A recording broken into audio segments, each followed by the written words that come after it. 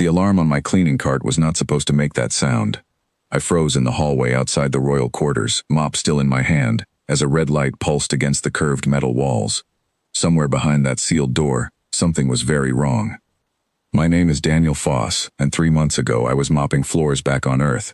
Now I mop floors on a space station orbiting a star I cannot pronounce, surrounded by species who look at humans the way you might look at a dog that somehow learned to use a broom. We are new here. We are small. We are, as one alien official told me on my first day, acceptable for labor, but not for anything that matters. Then the door hissed open on its own, and I saw her. The princess of the Velkari Dominion was lying on the floor of her chamber, her long silver limbs twisted at an angle that made my stomach drop. Her guards were nowhere in sight. A thin trail of dark liquid seeped from beneath her, and her breathing came in short, wet gasps. I dropped my mop. For 1 full second, I did nothing. Every part of me screamed to back away, to call for someone else, to let this be somebody else's problem. Humans do not touch royalty. Humans do not even look at royalty for too long. I had been told this on my very first shift, in a tone that left no room for questions. But she was dying, and nobody else was there. I stepped inside. "Hey," I said, kneeling beside her, my voice shaking. "Hey, can you hear me?" Her eyes, a pale violet color, fluttered open.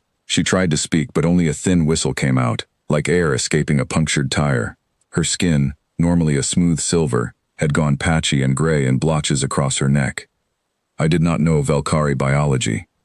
I did not know what was happening to her, but I knew what poisoning looked like, because I had grown up in a rough part of a rough city, and I had seen a friend go down the exact same way once, choking on something that should never have touched his lips. I grabbed the small radio clipped to my belt. "This is Foss, cleaning crew, Deck 9, I said. "The princess is down. I need medical. Right now."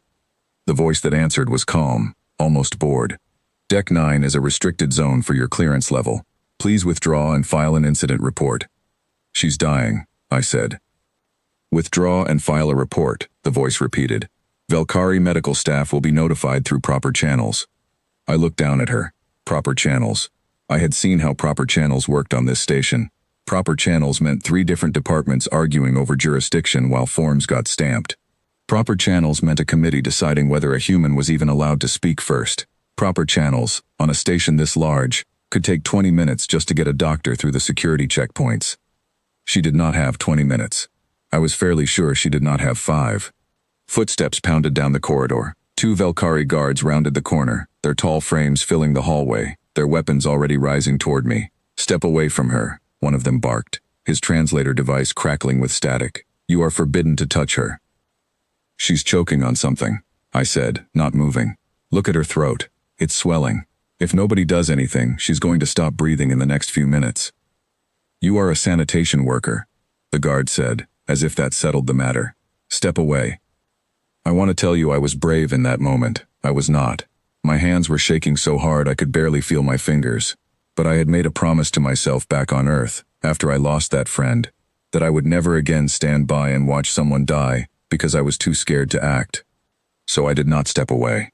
"If she dies while you're pointing that thing at me instead of helping her," I said, "that's on you, not on me." The guard hesitated. That hesitation was all I needed. I turned back to the princess and tilted her head gently to the side, the way I remembered from an old first aid class I took years ago, back when I was saving up to become a paramedic before life had other plans for me. Her throat was swollen almost shut. Whatever poison was in her system was closing her airway from the inside. I did not have medicine. I did not have a translator to explain Velkari anatomy. What I had was a small pouch on my belt, the kind every janitor on this station carried, filled with basic tools for cleaning up spills and messes. Inside it was a thin metal tube meant for clearing debris from tight vents. It was a desperate idea, maybe a foolish one, but I had nothing else. "I need you to trust me," I told her, even though I doubted she understood a word. "I'm going to help you breathe. It's going to feel strange, but I need you to stay still." Her violet eyes, wide with fear, held mine for a moment. Then, impossibly, she gave the smallest nod. I positioned the tube carefully at the base of her throat, my hands steadier now than they had any right to be. I had watched a video once, years ago, about emergency procedures for a blocked airway in humans. The anatomy in front of me was different, but the basic idea was the same. Air needed a path. I was going to give it one. The guards shouted behind me. I heard the click of a weapon being armed. I did not look up. I made the smallest incision I could, right where her throat pulsed weakly, and slid the tube in place. For 3 seconds, nothing happened.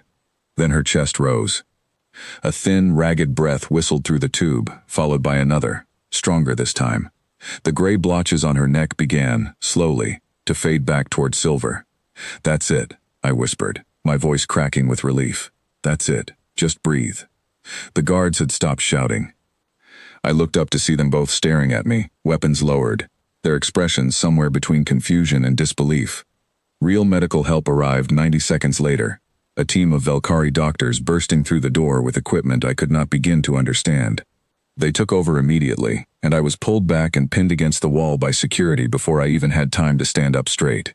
"You assaulted the princess," one officer said, his translator flattening the accusation into something cold and mechanical.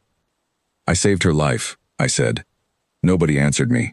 I spent the next 2 hours in a holding room with bare metal walls, certain I was about to lose my job, or worse, be sent back to Earth in disgrace as the human who touched royalty without permission. The door finally opened, and I expected more guards. Instead, it was her. The princess walked in slowly, one hand resting on the doorframe, a thin bandage still visible at her throat. Her guards stood behind her, but this time they did not raise their weapons. They simply watched, silent, as she crossed the room and stood in front of me. "You disobeyed my guards," she said, her translator rendering her voice smooth and clear.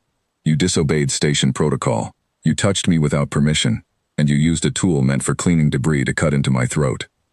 "Yes," I said, because there was no point denying any of it. "Our doctors tell me that if you had waited even 2 more minutes, I would not be standing here." I did not know what to say to that, so I said nothing. "Every species on this station has medicine far beyond what your people possess," she continued.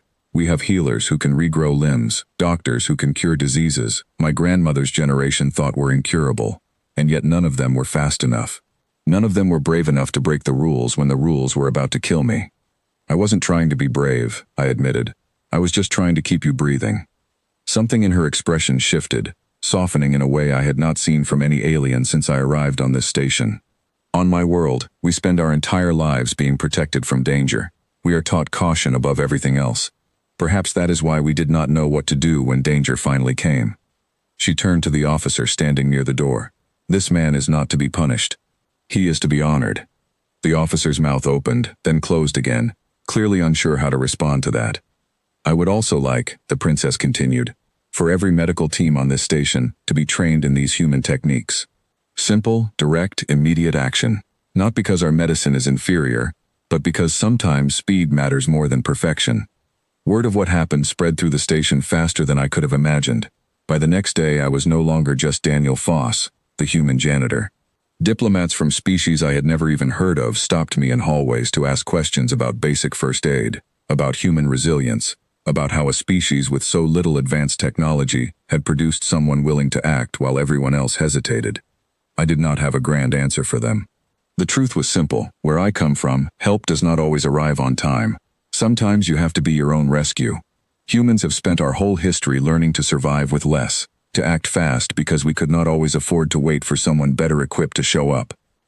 Maybe that is not a weakness after all. A week later, I was still mopping floors. I did not ask for a promotion, and nobody offered one. But now, when I walk past the royal quarters, the guards nod instead of glaring. And sometimes, late in the evening, the princess stops by just to talk, asking me questions about Earth, about courage, about why a species so young and so overlooked would choose to save a stranger who could never have saved them back. I never had a good answer for that either. I just tell her the truth. Some things do not need a reason. You see someone dying in front of you, and you do what you can, because the alternative is walking away and never forgiving yourself for it. She always smiles when I say that, like it is the wisest thing she has ever heard.